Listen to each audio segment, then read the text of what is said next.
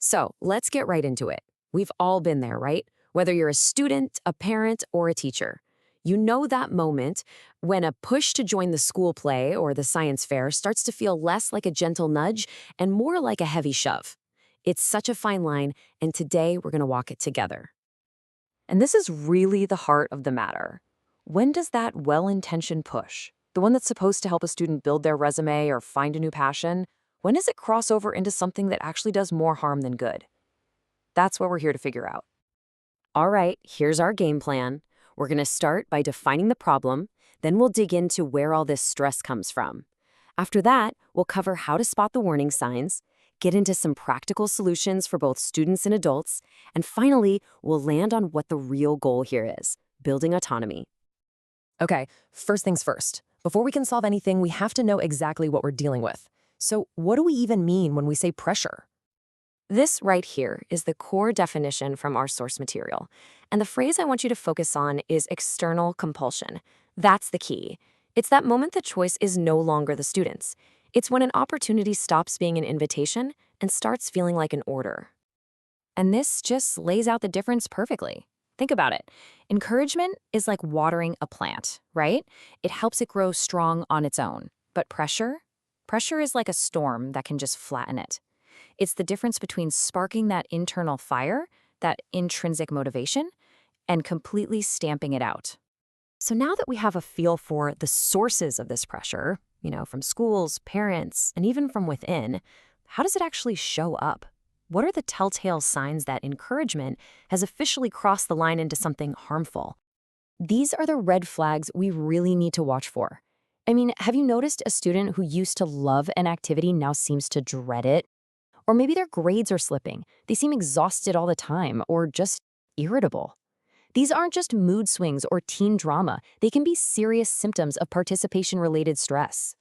Okay, so we've defined what we're talking about, but to really get it, we have to ask a super important question. Where is all this pressure actually coming from? As it turns out, it's not just one thing. It's a whole ecosystem of expectations. This table gives us a fantastic, high-level look.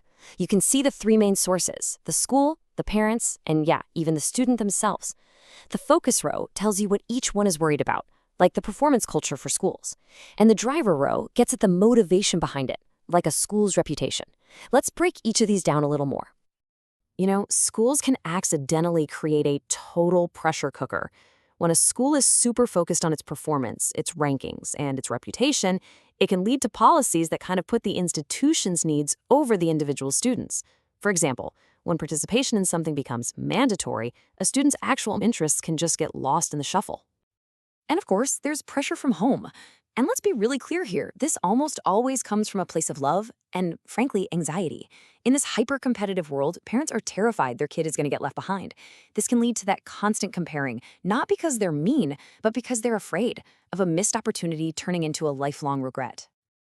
And finally, we have to look inward. Sometimes students feel this huge pressure simply because they don't want to let down the adults in their lives. They might not have the confidence to say no, or maybe they're not even sure what they're truly interested in yet, which makes them way more likely to just go along with what everyone else wants. Okay, we have defined the problem, we know its causes, we know what it looks like. Now for the good part, the solutions. Let's start with a toolkit designed to empower students to help them take back control. Here are some seriously powerful tools you can start using. This is all about finding your voice and figuring out how to express what you really want in a respectful way. You can even practice saying no so it feels more comfortable. And please, don't forget, your school counselor can be an amazing ally in this process. And this is a crucial mindset shift. Saying no doesn't mean you're being lazy or disrespectful. It's an act of self-awareness. It's self-care. It's about recognizing your own limits and protecting your well-being, which is one of the most important life skills you can ever learn. I absolutely love this. This is an affirmation every student should have. It's such a powerful reminder that your voice, your interests, your choices, that's what gives an activity real meaning. It's not about just checking a box for someone else. All right, let's switch gears. Students can't do this alone, right? So what can the adults, the parents, the teachers, the administrators do to help transform a high-pressure environment into a truly supportive one? For schools, it's really about building choice into the system. Let students pick their activities, actually survey them to find out what they're interested in, and celebrate all kinds of contributions. It's not just about the star of the show, it's also about the student who designed the set or managed the lighting. All of those roles are so valuable. And at home, the key is to shift the whole focus. Please stop comparing your child to their friends or cousins. Celebrate the hard work they put in, not just the award they bring home. Make big decisions with them, not for them. And respect their right to say, you know what, that's too much for me right now. And this just nails the difference, doesn't it? It's all in how you say it. A directive is an order. It shuts down the conversation. But an invitation opens a door. It shows you support them and you trust them to choose for themselves. Which brings us to the absolute heart of the matter.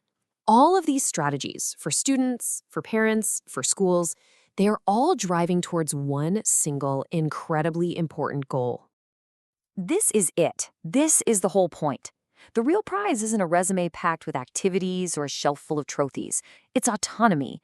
It's about helping students develop the confidence and the self-awareness to make their own choices, to own their successes and their failures. That is where real, lasting growth comes from. So I'll just leave you with this question. Whether you're a student trying to decide what to sign up for, a teacher offering an opportunity, or a parent having a chat at the dinner table, what is one choice, big or small, that you can support today to help build up that sense of autonomy? Just think about it.